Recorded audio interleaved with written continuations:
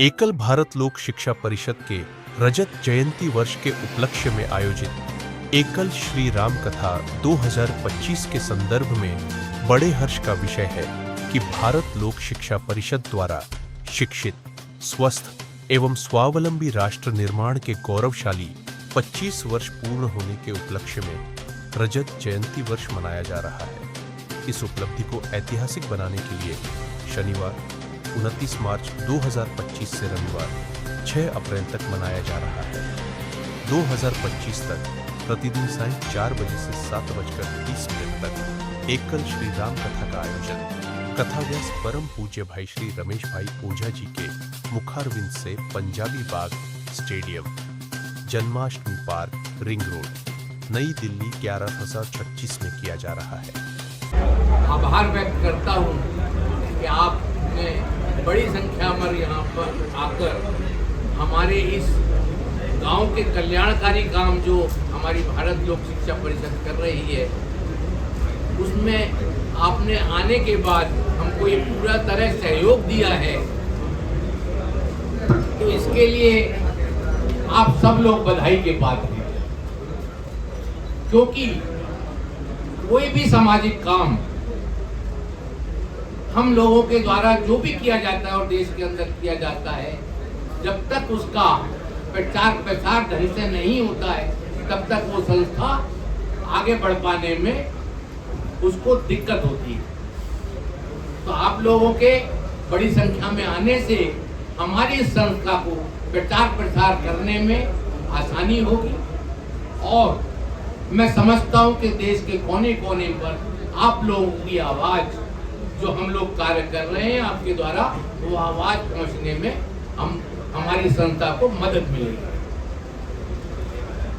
आपने हमारे चेयरमैन नीरज रहजादा जी द्वारा ये देखा कि हमारी संस्था जो एकल अभियान है वो किस तरह इसके 8 आयाम अलग अलग कार्य करते हैं।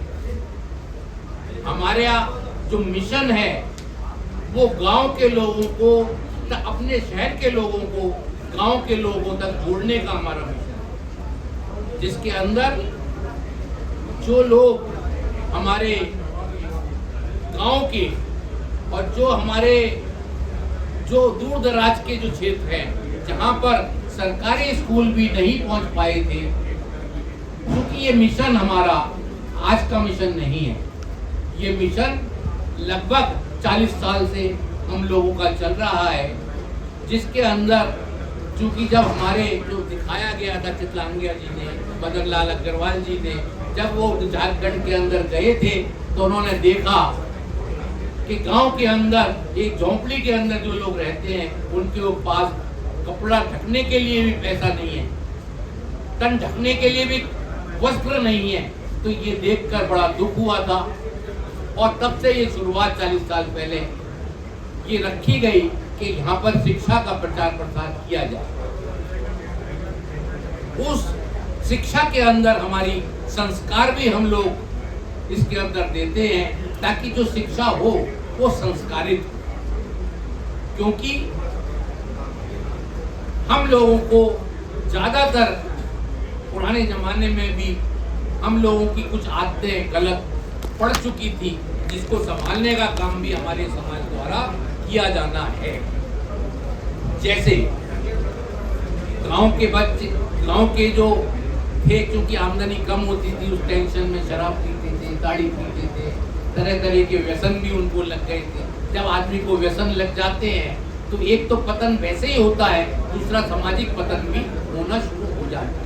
हम लोगों ने ये सिखाने की कोशिश की कि भाई आपको माता पिता के पाँव छूने हैं, आपको गायत्री मंत्र का ज्ञान होना जरूरी है, हमारी पुरानी संस्कृति का ज्ञान होना जरूरी है, ताकि जो बच्चों को शिक्षा मिले, छोटी उम्र में जो बच्चों को बताया जाता है उसका बहुत बड़ा असर हुआ करता है, क्योंकि वो चीजें हमेशा याद रहा करती है बच्चों की। तो उस मिशन को करने के लिए जो हमारी भारत लोक शिक्षा परिषद है, या पूरा हमारा एकल अभियान है जो पूरा देश के अंदर तो चलता ही है, विदेशों में भी जो हमारे लोग रहते हैं उनके अंदर भी भारत के लिए गर्व छिपा होता है।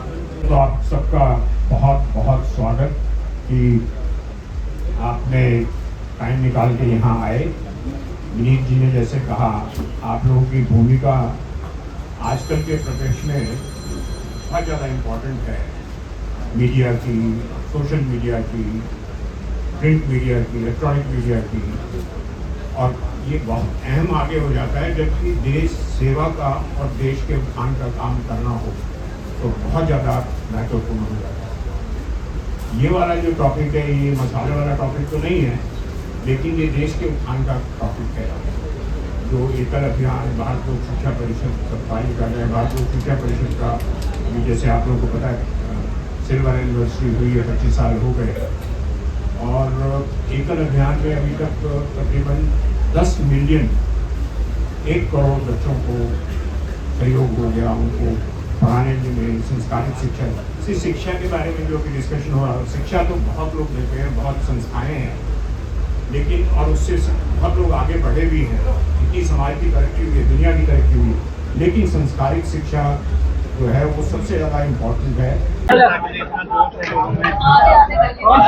एकल राम कथा में जो श्री है कि चूंकि हमारा काम ग्रामीण और वनवासी क्षेत्रों में, वनवासी क्षेत्रों में क्योंकि हमेशा जो राम कथा का आयोजन, जैसे हमारे ने बताया कि राम कथा क्योंकि राम जी से जुड़ी हुई है और वो भगवान राम तभी बने जब वो वन को गए।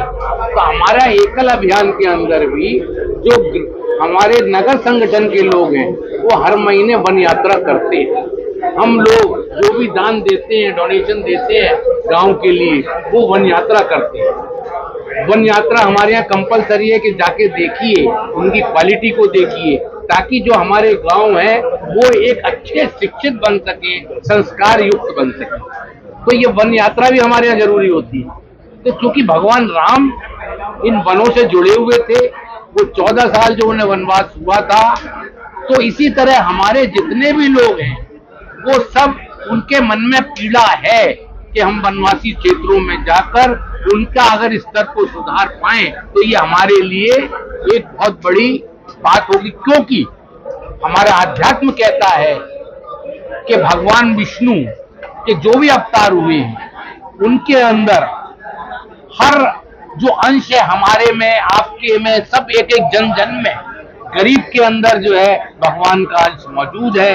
अगर हम उस गरीब की सेवा करते हैं, उस गांव वाले वनवासियों की सेवा करते हैं, इसका मतलब ये है हम ईश्वर की सेवा कर रहे हैं। इसी को आधार मानते हुए हम बजाय कि ईश्वर की डायरेक्ट पूजा करें, हम लोगों का ये बनता है कि हम गरीब लोगों के इस अभियान के द्वारा हम ये समझ के चलते हैं कि ये पूजा हो रही है, ईश्वर की पूजा हो रही है, क्योंकि जन जन के अंदर ईश्वर का वास है। तो इसलिए हम लोग जो है इस अभियान से जुड़े हैं और इसके लिए आगे कार्य कर रहे हैं।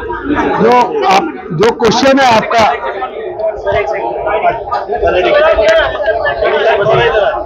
आपका जो क्वेश्चन है कि एकल जो है राम कथा क्यों कर रहा है, तो उसका मेन कारण क्या है, हमारे जो श्याम जी गुप्त मेंटर जो हैं, जिन्होंने कि आज एकल को इतना बड़ा पहुंचाया, वो ये कहते हैं हम राम जी की सेना है, हम राम जी की सेना बन के काम कर रहे हैं, हम मालिक नहीं है। और एकल जो सेना बन के काम कर रहा है, इसलिए राम कथा कर रहा है। और राम कौन थे? राम राजा थे, लेकिन जब गांव में गए और हनुमान जी से मिले और सुग्रीव से मिले और उन्होंने जो वनवासियों की सेना बनाई, तो उसके बाद राम जो है ना भगवान राम बन गए। इसी तरीके से जो नगर संगठन के लोग हैं वो जब गांव में जाते हैं, वन यात्रा करते हैं और वन से जुड़ते हैं, एकल विद्यालय चलाते हैं, तो गांव से जुड़ जाते हैं, तो राम जी की सेना के भागीदार बन जाते हैं। तो एकल के जो सेनानी है, चाहे वो नगर संगठन के हैं या ग्राम संगठन के हैं, वो लोग राम जी की सेना है। और राम जी हमारे आदर्श है और हनुमान जी हमारे आदर्श है। उसके कारण से एकल जो है राम जी को और हनुमान जी को बहुत मानता है, और इसलिए ये धार्मिक कार्य के साथ साथ राष्ट्र निर्माण का कार्य भी है, शिक्षा का कार्य भी है, और सबसे बड़ा बात यह है कि संस्कार का कार्य है। संस्कार से हम संस्कारित कर रहे हैं लोगों को। आपसे अपील है, बस अपनी दया भाव की आदत को बदले। गुलाबी आंदोलन अनजान द्वारा भीख मांगने की प्रथा को समाप्त करने की राष्ट्रव्यापी मुहिम है। इसका उद्घाटन वर्ष 2018 में तत्कालीन दिल्ली सरकार के समाज कल्याण मंत्री ने किया था। भीख मांगना गैर कानूनी सहित अशोभनीय, अमानवीय और दुखदायी है। फिर भी हम अपने दया भाव के कारण अनजान भीख मांगने वाले को भीख देकर इनको भीख मांगने के लिए प्रोत्साहित करते हैं। हमारे दया भाव के कारण ही भीख मंगवाने वाले गिरोह नवजात बच्चों की चोरी करके विकलांग बनाकर उनसे भीख मंगवाने के लिए मजबूर करते हैं। इन नवजात बच्चों की चोरी होने से बचाने के लिए हमें अपने दया भाव की आदत को बदलना होगा। अगर आप किसी अनजान भीख मांगने वाले को भीख ना देने की शपथ लेते हैं तो आपको सम्मान के साथ साथ बहुत कुछ, बस शपथ लेकर तो देखें। आ गए वापस। पापा की पीठ की प्रॉब्लम और मम्मी आपकी थकान ओवरनाइट मंतर होने वाली है। प्रेजेंटिंग रिफ्रेश की ओर से नेचर प्रो मैट्रेस। इसमें है natural latex for a luxurious orthopaedic feel. ये दे बॉडी हगिंग का